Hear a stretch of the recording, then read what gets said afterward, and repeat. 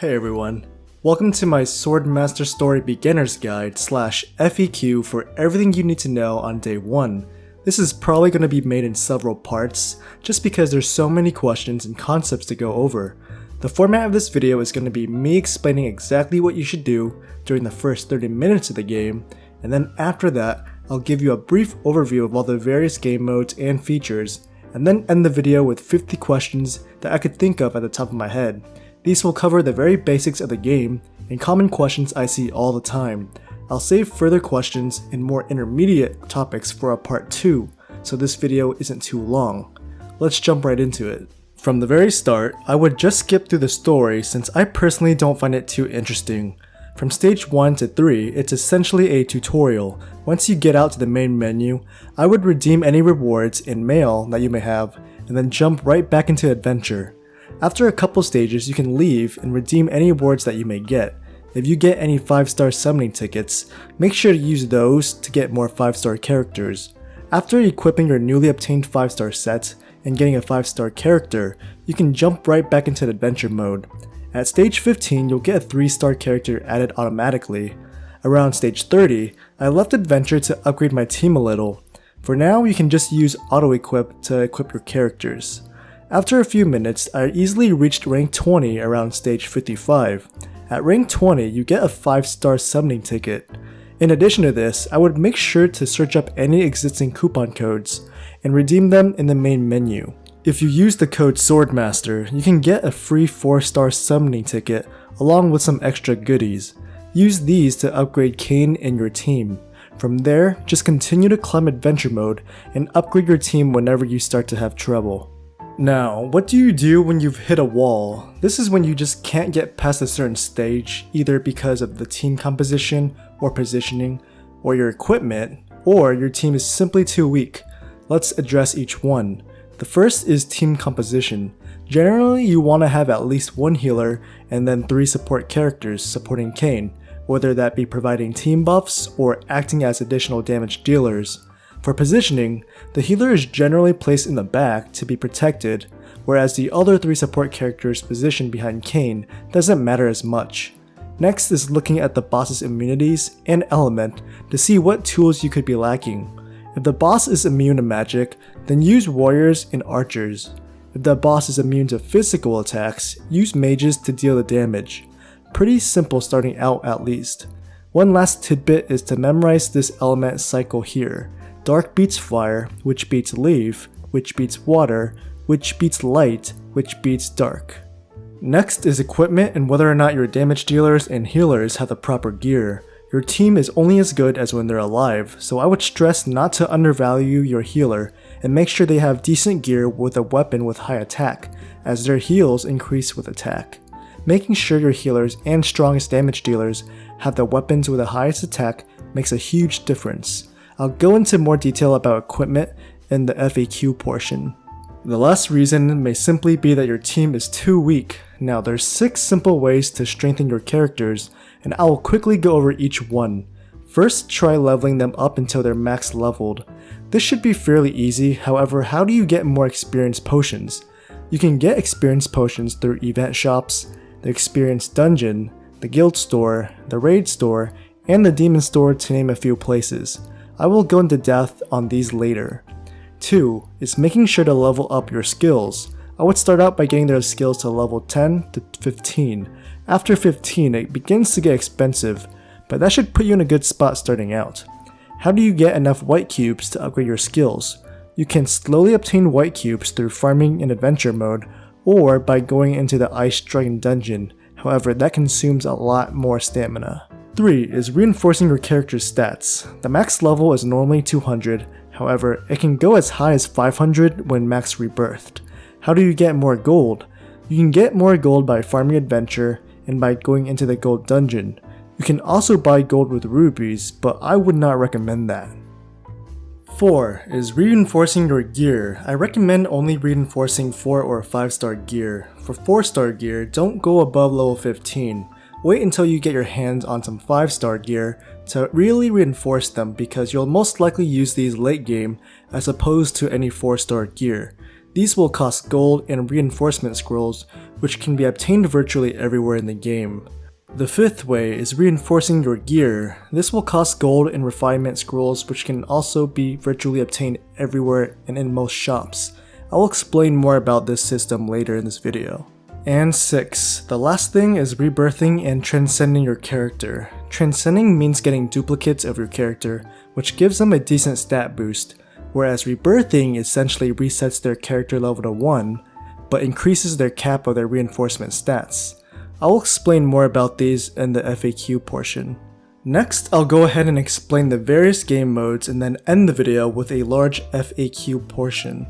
You already know what adventure mode is. It's basically a story mode. You climb this in order to reach and farm stronger stages with stronger enemies, better drops, and rewards. The highest stage currently as of this video is stage 1010. Next is PvP, which in this game has a lot to be desired in my opinion. Essentially, it's a 5 vs 5 fight where you can't control your characters and they basically go at each other with basic attacks. Usually the team with the higher base stats wins. You can earn rubies as you climb through the ranks. I'll explain more in the FAQ section. The next game mode is Dark Lord's Tower, which is basically a tower of increasingly difficult floors meant to test your strength. The rewards are very nice, but the floors do not reset, so after you beat them, you can no longer go back. Sometimes we'll have event dungeons which basically consist of you clearing a few waves of enemies and a boss in order to obtain random prizes. The Abyss mode is a challenge consisting of 50 floors of increasing difficulty. Each floor has random bosses with randomized immunities. It has its own shop and the rewards reset weekly for the most part. You can watch my video on Abyss mode here on my channel for extra tips in addition to what you should buy in its store. The Dark Dragon dungeon is a daily dungeon in which you can obtain random 3 to 5 star equipment and accessories upon beating the Dark Dragon. Normally you get 2 chances a day to beat it. Next up are the experience, gold, and white cube dungeons, which for beginners can be a convenient and quick way to get experience pots, gold, and white cubes, but at the cost of a ton of stamina. A more effective way of using your stamina would be farming adventure mode. In adventure mode, the rate at which you obtain these materials is slower, but you do get a little bit of everything from using much less stamina. Slasher mode is a 10-minute challenge to see how many enemies you can plow through. It also has its own shop with its own currency. With this game mode throwing tons of enemies at you, that means lots of opportunities to get experience along with reinforcement scrolls. You can refer to my slasher video here for extra tips and what to buy in the store. Lastly is Demon Tower, which is a dungeon consisting of over 12 floors, each with increasing difficulty and resets weekly. The caveat is that you can't use Cain, only your other characters, and each character can only be used once. You can refer to an old video of mine here about Demon Tower, which has some tips and explains what you should get in the Demon store. One last tidbit is that you don't necessarily need to level up all your 3 and 4 star characters, as long as the equipment you have is decently upgraded. Finally, we get to the FAQ portion of the video, in which I picked the first 50 questions I could think of to answer. I have way more plans, but in order to keep this video from being too long, I stopped myself at 50 and will answer more in a part 2. Starting with a simple first question. 1. How do I get more rubies? You can easily get rubies by doing your daily missions, spinning the roulette, and redeeming your PvP rewards. A rough estimate would be about 803 rubies daily for free-to-play players, and this is not counting coupons. 2. How to get more stamina. You can get more stamina by accomplishing your dailies, in addition to getting more stamina from the consumable store, the raid store, and by clicking on the attendance button in your guild. You can also obtain stamina from leveling up. If you purchase stamina from the consumable store, then you can purchase it up to 6 times before the price jumps from 30 rubies to 50 rubies. Each purchase will give you about 120 stamina, so buying the 6 times for a total of 180 rubies nets you 720 stamina, which I would say is worth it. Feel free to spend more if rubies is not an issue. 3. Can I remove Cain from my team, and how do I add characters and change my PvP team? The answer is no, you cannot remove Cain as he's the main character. To add characters to your team, go to the Organize button, click on a tab, select the character you want, then hit the Organize button on the bottom right hand corner underneath their picture. You can add characters to PvP by doing the same thing, however in the PvP tab. 4. What are the benefits of a guild? What should I do to get the most out of it? Being in a guild provides tons of benefits such as getting additional stamina, random items, and even gold. To get more stamina, click on the Attend button. Inside the guild content, there are 2 boxes labeled Dungeon and Territory. Doing the daily dungeon gives you guild coins which you can use in the guild store. Territory is a whole nother minigame, you could say. Guild Territory is essentially 25 stages that your guild will need to clear as a team. After your guild has cleared all the stages, then you will have the opportunity to fight the Ancient Dragon, which has the chance to drop pieces of the Guardian armor set, regardless of whether you kill it or not. There are these small events that are called Governance in the lower right hand corner, and you have a few chances each day. Basically, it gives you a random event in which you can select between 2 answers. The type of response you get will depend on what answer you choose. Some answers give you gold and items, and some cost you gold but may make you popular, which adds to your popularity score, which is the little blue icon next to your stamina, and the max for this is 100. Now, what is popularity? I'm not exactly sure, but I do know once you get fairly high popularity such as 90 and up, you may have higher chances of getting better items and your tax collection will increase. What's tax collection? Basically, you get free gold each day based on the number of stages your guild has cleared, in addition to your popularity. By clearing stages and fighting the Ancient Dragon, you obtain guild territory coins, which can be used in the territory shop. What should you get there? I would pretty much suggest getting the stamina and the reset governance count, which resets your governance count for the day. So if I use all 3 events in that day and then I purchase this, then I will get 3 more governance events. Any extra coins I typically use on upgrading the guild castle. By investing coins here, you can eventually upgrade the castle to get more bonuses. I wouldn't ever use patrol since that is a waste and doesn't offer any experience to the guild castle. 5. How do I get more gold? I've explained this before, but the way I typically get gold is through farming adventure mode and selling extra equipment shards. Beginners may use gold dungeon, but ultimately it would be a better use of your stamina to farm adventure, since adventure will provide you reinforcement scrolls, refinement scrolls, white cubes, and equipment rather than getting just gold from doing the gold dungeon. 6. What is your stamina cap? Your stamina cap is roughly your rank times 4 plus 100.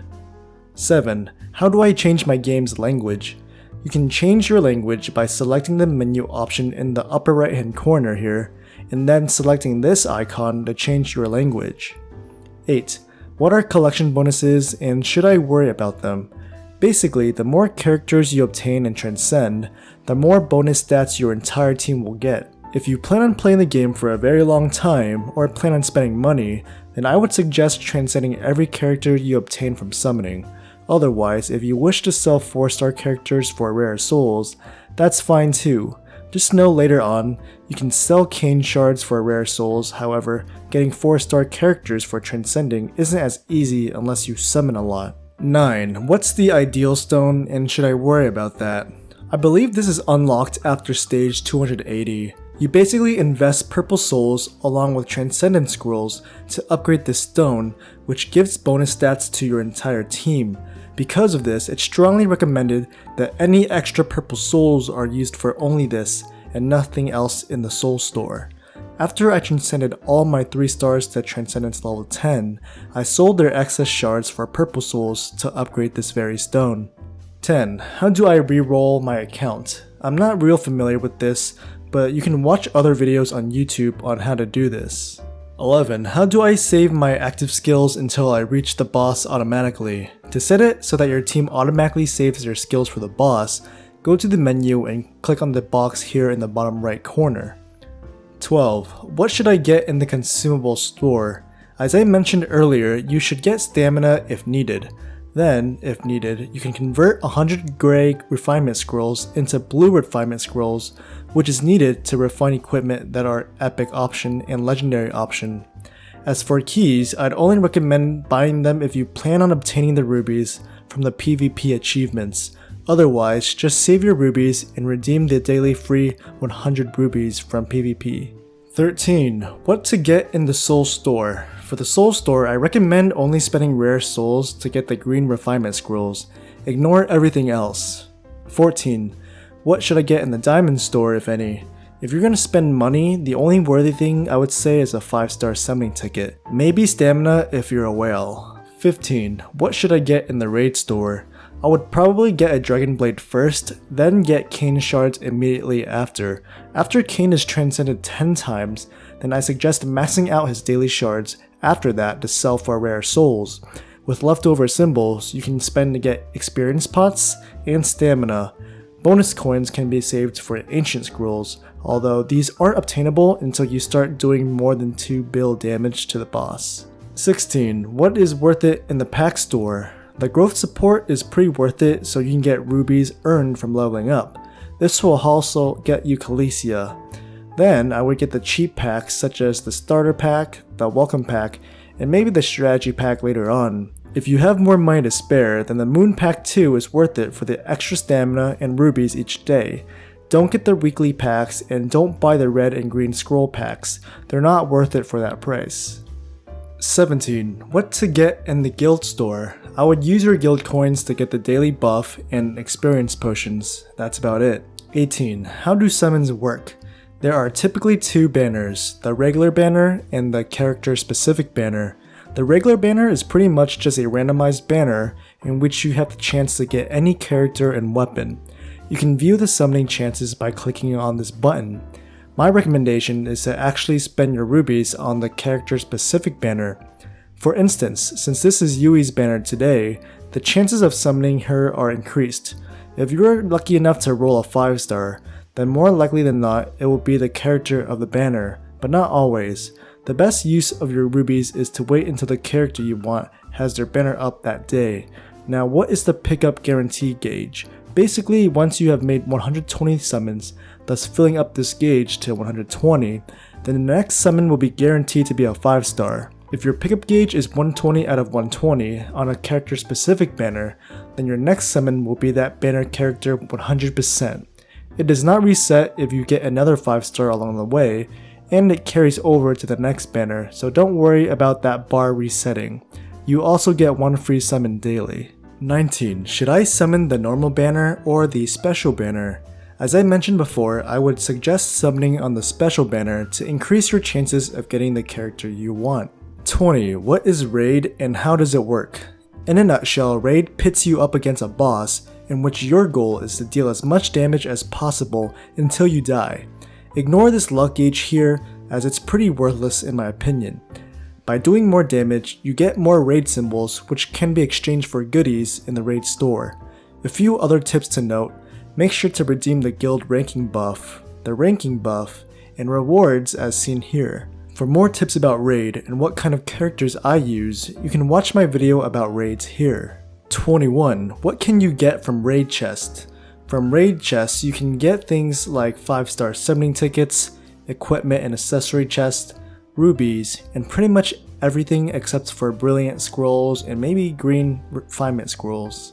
22. How does PvP work? I've talked about this already, but basically it's an auto battle between your team and another team to see who has the better team composition and base stats. You can check out this PvP video I made for extra tips. 23. Is it worth it to spend rubies on PvP keys?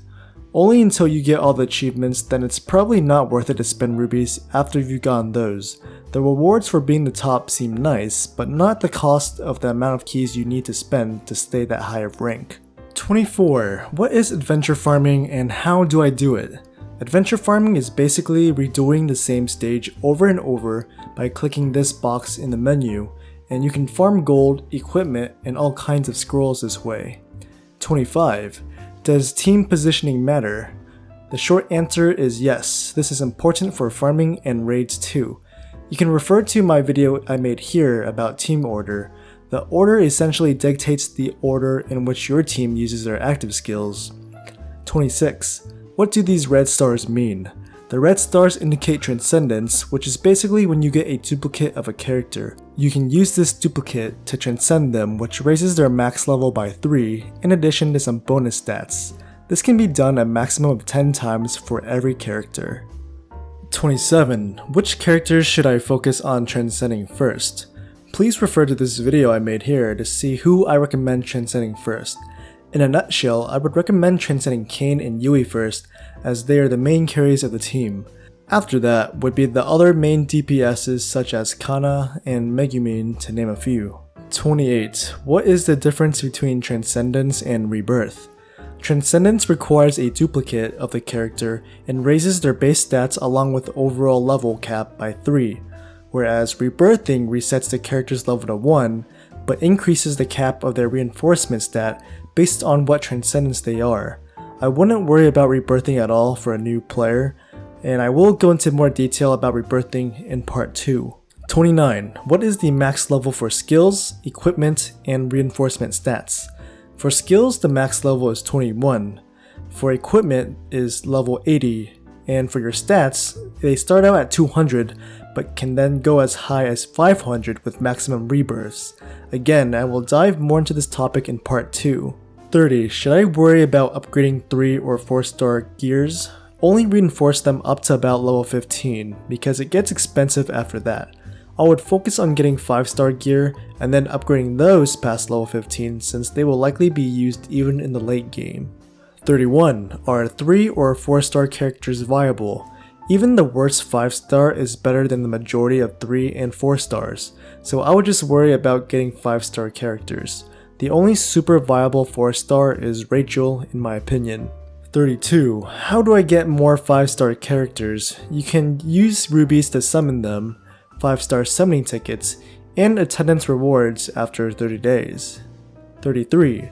Which 5-star characters to focus on getting? I've already made a guide for this, so please refer to this video here on my channel to see who I would recommend getting as far as climbing adventure mode. Keep in mind it does not include any of the limited time consumable characters. If you are able to get them, I recommend getting Megumin, Darkness, and Aqua in that order. 34. How do I go about upgrading my gear? First, get 5-star gear as soon as possible. Then I'd recommend getting red scrolls with rubies through the consumable store, using them to get your gear to epic refinement. To see how that works, please watch my video on upgrading equips here. The most important item is your weapon. After that, if you have no problems dying, then upgrade your ring for more damage. If you are dying too quickly, then upgrade your chest and helmet for more survivability. I would aim for a 3-3-3 combination of defense, crit resist, and health as a general rule of thumb. This is the most balanced in my opinion. 35. I'm dying too quickly, what should I do? I would first see if you're getting critted. If so, increase your crit resist to about 30 to 36% and you'll see a massive difference. This can be achieved with getting items to epic refinement and then getting 3 lines of crit resist, then reinforcing your chest plate and transcending that for more defense. 36. Which is better, health or defense for your stats? The current meta is more defense than HP, especially if your character already has higher HP such as Cain. Then he can afford getting 4 lines of defense and then 2 lines of health on his armor. It's not worth it to have tons of HP if you're getting dealt more damage, so that's why I found it better to have more defense than health in most circumstances. 37. What should I aim for on rings and gloves? For everyone's rings, I would aim for as much cooldown reduction as possible. As far as gloves, damage dealers get either active skill damage or boss damage, whereas healers go straight health. 38. Where do I farm 5-star equipment and how? Refer to my old video here, however, here's an updated list on where you can find certain gear and when they're unlocked. 39. Is there an armor set tier list? Depending on when you watch this video, the tier list might be different and is fairly subjective because some of the better sets are harder to attain and may not be beginner friendly. Here is an overall tier list made by one of the game's veterans, Fur. 40. Is there a weapons tier list? Attached is another community-made tier list for weapons. 41. I've been farming for hours and have gotten no 5-star gears. Is this normal? Yes, especially weapons and rings are very rare, but keep on farming, you'll eventually get them with time. Be patient. 42. What are the best healers in your opinion? I would say Yui's definitely the best healer, followed by a tie between Aqua and Rachel. And then following that is Johan. But really though, Iris is the waifu. 43. What kind of refinement should I get on weapons? It really depends on the character, but overall I would try to get at least 4 lines of attack, and hopefully the 2 remaining lines are something useful, such as boss damage, active scale damage, or cooldown reduction. 44. What is a stun lock team and what are their weapon requirements for that? Well, I'm glad I asked. Here's a video I made in the past just for stun locking. 45. Should I sell 3 and 4-star character shards? This is entirely up to you. If you don't care about collection bonuses, then you can sell the 3-star shards for purple souls to upgrade your ideal stone, and then sell your 4-star characters for rare souls. For me at least, I would personally transcend them first. I can always farm rare souls later on by selling Cain shards, but if I needed a specific 4-star character to transcend in order to improve my collection bonuses, then that's more difficult and requires additional luck and summoning to get a specific character. 46. How do I change the character on my main menu screen? Go over to the character you want and then click on the Designate Representative button. 47. Which Cain costume should I get first? I would suggest getting the Fire Cain costume first. Though other costumes may have slightly more attack, the extra utility in having Cain's element be changed to fire far outweighs any extra damage by far. This will especially help in stages such as 720 and 940 where the boss may be water, which is strong to light. 48. How do I get more rare souls? If you're free to play, then you can get Cain to Transcendence level 10, then you can begin to farm shards from the raid shop to sell. If you want to spend money, then I recommend buying the costume packs, which give 25 rare souls each. 49. What weapons are good for what characters? For Excalibur, I would say that's the best for the healer, since it usually grants the most flat attack. Ascalon is good for those that can crit, such as Cain, Kana, Artemis, and Megumin to name a few. Sword of Caliburn is good for those with lots of team buffs such as Dark Lord, Odin, Joanne, Rachel, Lilith, and even Yui. Erendite is good for those with haste skills such as Belphegor, Mary, and Lilith. The Efreet is great for fire type characters such as Kana, Megumin, and fire costume Cain. As for the Dragon Blade, you can put that on any damage dealer. And on to the last question, 50. How do I get more red and green refinement scrolls to upgrade my weapons and gear? Both can suddenly be obtained through event dungeons and attendance rewards.